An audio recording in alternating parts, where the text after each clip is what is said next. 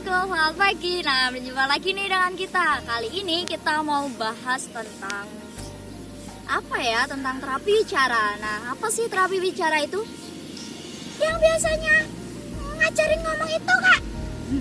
Emang iya? Emang bener yang biasanya ngajarin ngomong? Nanti kita langsung bahas ya, apa itu terapi bicara, apa itu bagaimana bidang garapnya, terus kemudian kerja di mana, terus kuliahnya di mana aja ya. Ada yang penasaran? Nanti ya kita langsung bahas sama teman-teman. Oke, langsung aja. Fakta dan mitos terapi bicara. Yang pertama, terapi bicara tuh ngajarin orang bisu ya? Faktanya, terapi bicara itu mengajar gangguan suara, bahasa, irama kelancaran, dan makan menelan. Yang kedua, terapi bicara itu yang kerjanya di pojokan TV tuh ya? Bukan, faktanya terapi bicara itu bisa kerja di rumah sakit, klinik, instansi pendidikan, dan buka klinik mandiri. Terus yang ketiga, terapi bicara tuh yang ngajarin bahasa isyarat ya? Faktanya, di jurusan terapi bicara itu mempelajari bahasa isyarat, tetapi tidak mengajarkan klien atau pasien untuk menggunakan bahasa isyarat. Karena tujuan dari terapi yaitu untuk meningkatkan komunikasi klien atau pasien supaya lebih baik lagi. Oke, jadi sebenarnya apa sih terapi bicara itu? Terapi bicara adalah sebuah ilmu atau kiat yang mempelajari tentang perilaku komunikasi normal maupun abnormal yang digunakan untuk menerapi seseorang dengan gangguan perilaku komunikasi, yaitu kelainan pada kemampuan bahasa, bicara, suara, irama, maupun kelancaran, sehingga seseorang dapat melakukan komunikasi secara wajar pada lingkungan sosialnya. Kelainan kemampuan tersebut bisa muncul pada saat seseorang menderita penyakit fisik, psikis, maupun sosiologis. Kelainan ini dapat timbul pada masa prenatal, natal, dan postnatal. Selanjutnya, saya akan membahas bidang garap terapi bicara. Terdapat 5 bidang garap terapi bicara. Pertama, gangguan bahasa, seperti halnya afasia dewasa dan afasia perkembangan. Yang kedua, gangguan bicara, seperti halnya disaudia, disatria, disglosia. Yang ketiga, gangguan irama atau kelancaran, seperti halnya stuttering dan cluttering. Yang keempat, gangguan suara, seperti halnya diskonia dan aponia. Yang kelima, gangguan makan dan dengar, seperti halnya disfagia. Kasus apa saja yang ditangani oleh terapi bicara itu? Jadi, terapi bicara itu menangani kasus seperti yang pertama, daerah sekitar wajah, mulut, dan motorik oral. Yang kedua, gangguan bunyi bicara atau speech sound disorder. Yang ketiga, bahasa.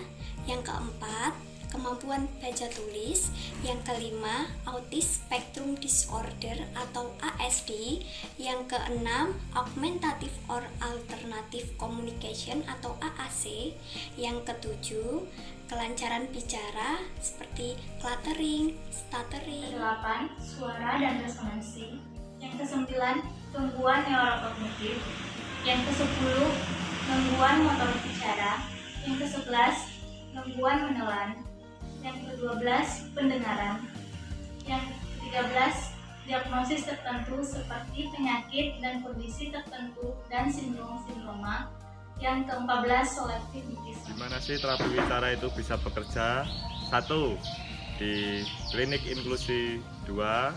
Di klinik biasa, 3. Di rumah sakit, 4. Di sekolah luar biasa, dan lain-lain. Harapan kami dengan adanya video ini bisa lebih memberi sedikit gambaran tentang apa sih terapi bicara itu dan juga bidang garap dan kasus-kasus yang dapat ditangani oleh terapis bicara, sehingga terapi bicara dapat dikenal lebih luas oleh masyarakat. Jurusan terapi bicara di Poltekkes Kemenkes Surakarta memiliki 2 prodi. Nah, apabila telah lulus nanti, pastinya akan memiliki gelar yang berbeda. Yang pertama, ada prodi D3 terapi bicara yang akan memiliki gelar nantinya sebagai AMDTW. Lalu yang kedua, ada prodi Sarjana Terapan Terapi Bicara dan Bahasa yang apabila lulus nanti gelarnya adalah STRKes. Jurusan terapi bicara di Poltekkes Kemenkes Surakarta juga sudah terakreditasi A loh, baik untuk D3 maupun untuk D4. Kampusnya keren, biasanya juga hebat. Kuliah di jurusan terapi bicara juga setiap harinya menggunakan seragam, sehingga kalian tidak perlu menunjukkan outfit apa yang akan kalian gunakan saat kuliah nanti.